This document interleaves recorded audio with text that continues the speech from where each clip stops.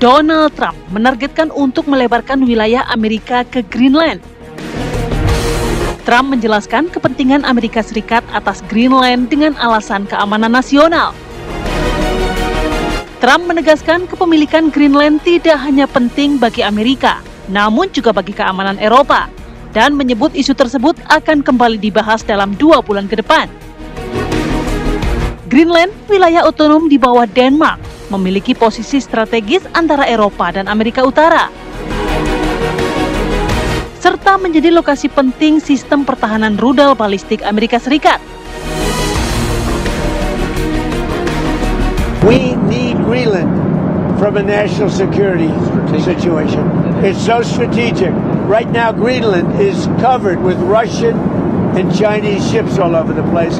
We need Greenland from the standpoint of national security. And Denmark is not going to be able to do it, I can tell you. I just say this. We need Greenland from the standpoint of national security. And the European Union needs us to have it, and they know. Selain strategis untuk urusan keamanan, Greenland merupakan wilayah dengan kekayaan sumber daya mineral yang dapat mengurangi ketergantungan Amerika terhadap ekspor Cina. Denmark mengecam keras wacana pencaplokan Greenland oleh Amerika. Denmark menegaskan pengambil alihan Greenland berarti berakhirnya hubungan Amerika dan NATO. Di tengah geopolitik dunia yang kian memanas, apakah langkah Trump mengincar Greenland akan memperkuat stabilitas global atau justru menambah daftar potensi konflik baru? Tim TV One mengabarkan.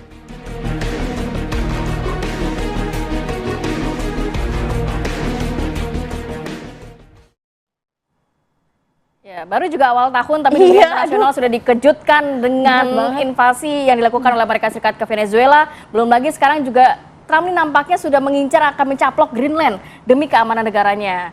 Nah, apa yang menjadi landasannya dari Trump melakukan hal tersebut juga apakah juga nantinya akan berdampak mungkin kepada ekonomi Indonesia? Kita akan membahas langsung dengan narasumber yang sudah hadir di studio. Sudah ada Pak Nasir Tamara, wartawan senior. Selamat pagi Pak Nasir. Selamat pagi Maria, Mbak Rati. Terima kasih sudah hadir, senior. Kemudian juga sudah ada Mas Abra Talatov, ekonom Indef, yang nanti akan melihat apakah juga akan berpengaruh terhadap ekonomi Indonesia. Selamat pagi, Mas Abra. Selamat pagi, Mbak Rati, Mbak Maria. Saya sekarang mau ke Pak Nasir dulu. Pak Nasir, ini kita melihat nampaknya juga rentetan upaya yang dilakukan Trump untuk mencaplok berbagai daerah. Kemudian juga kita tahu kemarin juga Venezuela sudah ditangkap Presiden Maduro. Kemudian juga nantinya bahkan dia mengatakan Kuba dan lain sebagainya. Ini apa sih yang sebenarnya dilakukan? Apakah memang ini strategi dari Trump sendiri? Dan apakah memang karena faktor ada minyak di sana, ada faktor mungkin keamanan yang dikatakan oleh Trump? Ini hadiah tahun baru Trump. Aduh. Karena sebelumnya dulu Presiden Bush memberi hadiah Natal pada waktu Noriega. Presiden dari Panama juga diserang kan, kemudian dijatuhkan, ditahan 60 tahun penjara. Dan ini juga sesuatu yang nggak diduga dunia. Karena tanggal 3 Januari orang masih capek habis liburan Natal dan Tahun Baru, tiba-tiba dia bikin serangan yang membuat negara lain juga nggak siap. Polanya kita bisa lihat bahwa ini sudah diperhitungkan cukup lama, direncanakan, dan alasan dasarnya ada. Karena begini, orang bilang kan alasannya minyak, tapi nggak sebetul minyak. Alasannya ada banyak. Pertama, narkotik. Noriega juga kasusnya sama, narkoba. Bedanya, Noriega itu orang CIA. Kalau sekarang, Maduro bukan. Nggak ada terkait sama sekali dengan Dinas Rahasia Amerika Serikat. Tapi dia main mata dengan Tiongkok. Sejak zaman bosnya, Chavez dulu. Dan sekarang itu Venezuela punya utang 50 miliar dolar dari Cina. Jadi dari dana bantuan Cina itu Road and Belt 150 miliar, sepertiganya ke Venezuela. Dan hubungan luar negeri Venezuela ini memang dekat dengan Cina dan mulai menjauh dengan Amerika Serikat. Padahal di dalam kebijakan luar negeri Amerika Serikat, Amerika itu harus mendengar Amerika Serikat. Yang saya maksud dia bilang Western Hemisphere. Nah itu dia. Dan Venezuela ini membangkang. Pertama Maduro di dalam pemilihan umum yang lalu dia dianggap curang. Mestinya dia mundur, dia bertahan, keras kepala, dia nggak mendengar, dia ada nantang Bush, ya kan? Nantang juga yang terutama Trump gitu kan. Ya Bush dia cerita tentang Noriega, tapi ini tentang Trump ini yang dia tantang. Dan Trump kan nggak bisa ditantang. Betul. Kenapa kita udah punya contoh? Pada waktu Iran ngotot, kalau mau dibom, bom aja Iran. Dia bom bener itu 2 sentral nuklirnya Iran kayak gitu. Nah, tapi artinya apakah sebenarnya ini memang secara spontanitas saja seorang Trump yang memang nggak bisa ditantang gitu, atau sebenarnya sudah direncanakan matang betul, ada tujuan utama di sana? ada. Karena apa sih yang menggerakkan ekonomi Amerika? Energi dan hasil pertambangan. Venezuela punya minyak yang bagus sekali, besar sekali gitu kan. Tapi dia juga punya banyak mineral, termasuk rare earth juga gitu kan. Sesuatu yang dibutuhkan di Amerika Serikat. Dan selama kepentingan Amerika Serikat terganggu, artinya dia lebih dekat, ekonominya sekarang lebih dekat dengan Cina, dan itu mengganggu ekspor Amerika ke Venezuela kan. Dan di Amerika nggak mau itu terjadi. Kalau misalnya nanti ada sebuah negara di Amerika Latin itu membelot, kan, dekat dengan Cina gitu kan, wah itu tantangan. Gitu. Karena dianggap dalam geopolitik kebijakan luar negeri Amerika Serikat, Cina itu enemy number one. Itu dia Pak Tamara, artinya kan sebenarnya gini ya, ini kemudian banyak beberapa negara besar lainnya yang juga berdaulat, yang mungkin juga memiliki daya tarik begitu ya dalam segi hasil bumi mereka gitu oleh Amerika Serikat. Bisa saja terancam dong artinya? Bisa, kan udah langsung mengancam kan? Enggak, dia udah mengancam akan ngambil Greenland.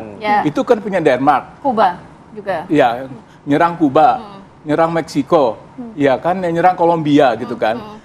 Dan tapi yang menggegerkan karena Greenland itu Denmark itu adalah anggota NATO. Amerika sendiri pendiri dari NATO. Kalau itu terjadi, maka akan kacaulah hubungan internasional, kacaulah. Akan diperlukan sebuah orde baru dalam hubungan internasional ya gitu. Baik. Saya mau ke Mas Abra. Tadi terlihat juga mungkin nantinya ada dampak kepada ekonomi, kepada geopolitik dan lain sebagainya. Sebelum adanya penangkapan dari Maduro, kita tahu bahwa sudah ada pertemuan antara Maduro dengan utusan Presiden Xi Jinping. 600 lebih di situ ada perjanjian kerjasama. Mungkin yang ini akhirnya juga membuat Trump mengambil langkah begitu ya. Tapi dari secara hitung-hitungannya mungkin dampaknya akan sebesar apa sih nantinya? Kita tahu Venezuela ini penghasil minyak terbesar di atas Arab Saudi. Ya, saya melihat memang latar belakang serangan Amerika kepada Venezuela memang tidak lepas dari faktor geopolitik dan juga geoekonomi. Dan serangan H+1 pertemuan Maduro dengan pimpinan utusan Cina itu menjadi sinyal bahwa sebetulnya Amerika memang sangat tidak menginginkan jejaring Cina ya semakin mendekat ke wilayah benua Amerika atau khususnya di Amerika Latin. Maka dengan adanya sumber daya alam yang melimpah ya dimiliki oleh Venezuela maupun di negara-negara Amerika Latin, menjadi sangat rasional ketika Amerika mengambil jalan instan untuk melakukan intervensi secara langsung. Ya walaupun negara-negara aliansi Amerika di NATO sendiri pun mengecam keras ya sikap Amerika tersebut. Walaupun mereka tidak mengakui kepemimpinan Maduro, tetapi mereka tidak ingin dilakukan intervensi militer ya sampai sebegitu brutalnya gitu, mengecam keras. Dan yang agak anomali adalah Amerika menunjukkan sinyal yang tidak jelas. Jadi menjulitkan kawan dan lawan gitu. Sinyal ini kemana sih gitu? Seperti apa? Jadi ada ancaman juga terhadap PBB, terhadap NATO juga, stabilitas aliansi ini seperti apa ke depan. Dan kalau saya melihat tadi balik lagi ke latar belakang geoekonomi, bahwa kita tahu Venezuela menjadi negara dengan cadangan minyak terbukti terbesar, kurang lebih 1/5 cadangan minyak dunia itu dimiliki oleh Venezuela. Tetapi meskipun Venezuela memiliki cadangan terbesar, tapi karena ada sanksi, embargo dan sebagainya, Venezuela hanya bisa memproduksi itu kurang dari 1 juta barel per hari, jauh dari potensinya. Dan kalau kita lihat produsen minyak terbesar, yang paling besar tetap Amerika. Yang kedua baru Cina ya, kemudian juga dari Rusia. Tapi kan kekayaan cadangan itu betul, cadangannya 303 juta barel. Itu setara kurang lebih kalau Indonesia itu hanya 0,8%. Jadi bayangin aja Indonesia kurang dari 1%-nya dari cadangan milik Venezuela. Nanti rencana Amerika akan memasukkan investor untuk mengelola minyak di Venezuela. Betul. Memang terkesan di sisi lain ada implikasi Amerika tuh juga ingin memberikan ekspektasi kepada pasar komoditas energi dunia bahwa nantinya pasokan energi itu akan berlimpah. Makanya ketika ada serangan ini berbeda dengan dampak waktu perang Rusia dan Ukraina. Ketika itu harga minyak mentah langsung melonjak ke atas $100 per barel dalam waktu hanya beberapa bulan. Nah sekarang yang terjadi anomali, harga minyak justru cenderung menurun karena ada ekspektasi kelihatannya supply-nya akan melimpah karena dikelola oleh Amerika tadi dengan cadangan minyak besar yang dimiliki oleh Venezuela. Oke, artinya kan itu juga sebenarnya kalau masyarakat Indonesia kan langsung saja tuh the strike gitu. Terus dampaknya untuk kita apa nih?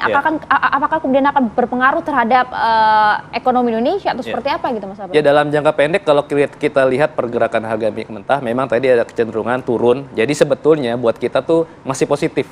Karena apa? Karena kalau kita lihat resiko pergerakan harga minyak terhadap APBN kita, kalau kita sebut sensitivitas, itu setiap penurunan harga minyak mentah $1 per barel, itu sebetulnya secara net kita akan mengalami surplus kurang lebih 8,6 triliun rupiah. Jadi kita memang secara penerimaan PNBP dari migas kita akan turun kurang lebih 1,6 triliun, tapi dari sisi belanja kita ada penghematan kurang lebih 8 triliun lebih lah. Itu karena kan kita subsidi dan kompensasi energi besar. Jadi secara net kita masih diuntungkan jika harga minyak mentah turun.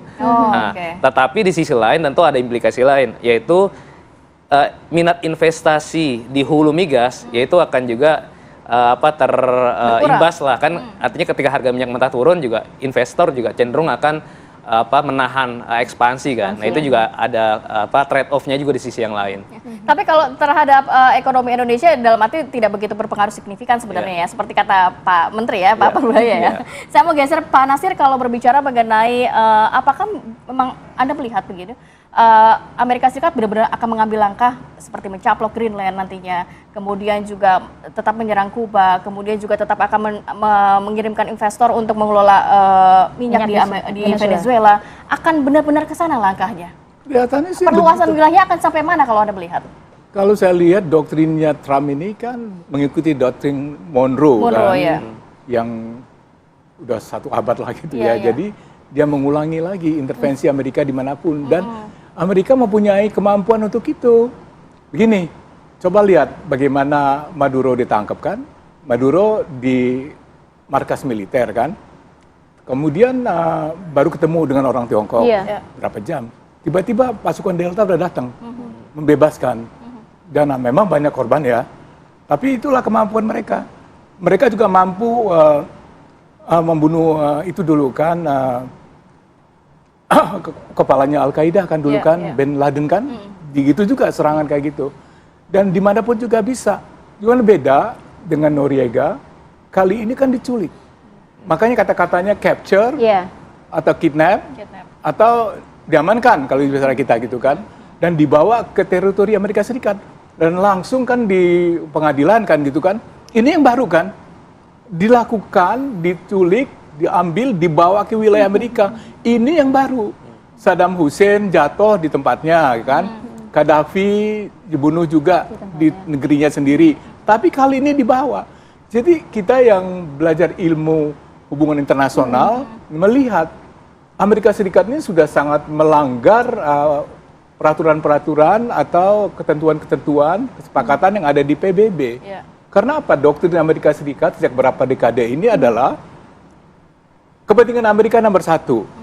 Jadi kalau ekonomi Amerika terganggu, misalnya suplai minyak dari Venezuela akan terganggu, gitu. Kemudian Tiongkok bisa dengan hubungan dekat dengan Venezuela membuat pangkalan militer di Venezuela, maka sudah sangat sah buat melakukan penyerangan. Ini dilakukan. Itu dia. Tapi kan tidak bisa semudah itu, begitu kan, Pak Nasir? Karena kan bagaimana kita tidak bisa bayangkan begitu ya di zaman saat ini begitu, kemudian ada presiden yang sedang aktif di negara berdaulat, dengan mudahnya kemudian bahasanya diculik begitu ya, dibawa ke teritori Amerika dan juga dilakukan penahanan di sana. Apakah ini kemudian dikhawatirkan akan menjadi presiden untuk negara-negara lainnya gitu kan, termasuk juga Indonesia? Kalau kita lihat komentar-komentar netizen gitu, wah, akankah kemudian ini juga kemudian bisa dimungkinkan terjadi saja di Indonesia? Ini pertanyaan besar publik gitu. Dijawab sesaat lagi, Pak Nasir. Kami jeda dulu.